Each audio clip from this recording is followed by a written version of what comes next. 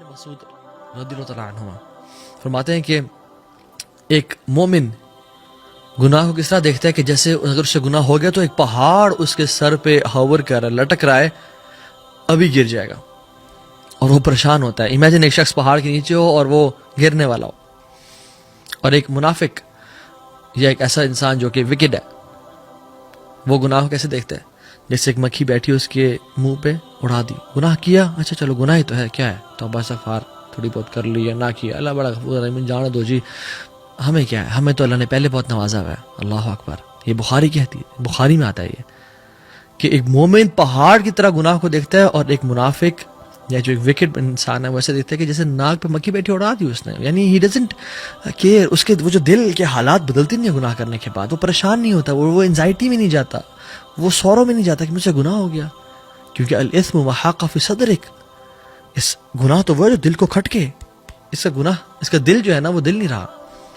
اللہ تعالیٰ قرآن میں فرماتے ہیں اعوذ باللہ من الشیطان الرجیم ما اصابک من حسنۃ فمن اللہ وما اصابک من سیئۃ فمن نفسک، جو بھی خیر تمہارے تک پہنچتی ہے وہ اللہ کی طرف سے ہے، اور جو بھی شر تمہاری طرف پہنچتی ہے وہ تمہارے اپنے ہاتھوں کی طرف سے ہے۔ تو یہ جو ایشوز، یہ جو افیکٹس آف سنز ہیں، یہ جو گناہ ہیں، ان کے بہت ورس افیکٹس ہیں۔ عبداللہ بن مبارک رحمہ اللہ کہا کرتے تھے کہ جو وائز لوگ ہوتے ہیں، جو اسمارٹ، شارپ، انسائٹفل، سمجھدار لوگ ہوتے ہیں، they do not trust that they are safe from four things. They don't feel safe from four things. وہ اپنے آپ کو نا سیف اور امن میں محسوس نہیں کرتے چار چیزوں سے۔ پہلی چیز کون سی ہے؟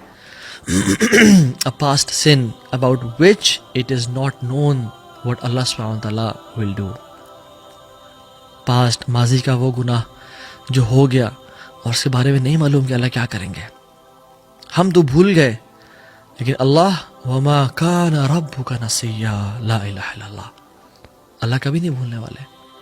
تو اس کے بارے میں انسان امن میں نہیں آتا، بھول نہیں جاتا، بلکہ توبہ استغفار کثرت سے کرتا رہتا ہے۔ اسی لیے اللہ کے نبی صلی اللہ علیہ وسلم 70 سے 100 دفعہ ایک مجلس میں استغفار کیا کرتے تھے۔ اور دوسری چیز آنے والی فیوچر کے بارے میں، the remaining life span wherein it is not known what destruction lies، کیا ہوگا، کیا بنے گا، ہم پھسل نہ آ جائیں، ہم برباد نہ ہو جائیں، تو اللہ تعالیٰ سے پناہ مانگتا رہتا ہے۔ اللہم انی اعوذ بک من زوال نعمتک وتحول عافیتک وفجاءۃ نقمتک وجمیع سخطک، یہ دعائیں یاد کریں، ان کا مطلب پڑھیں۔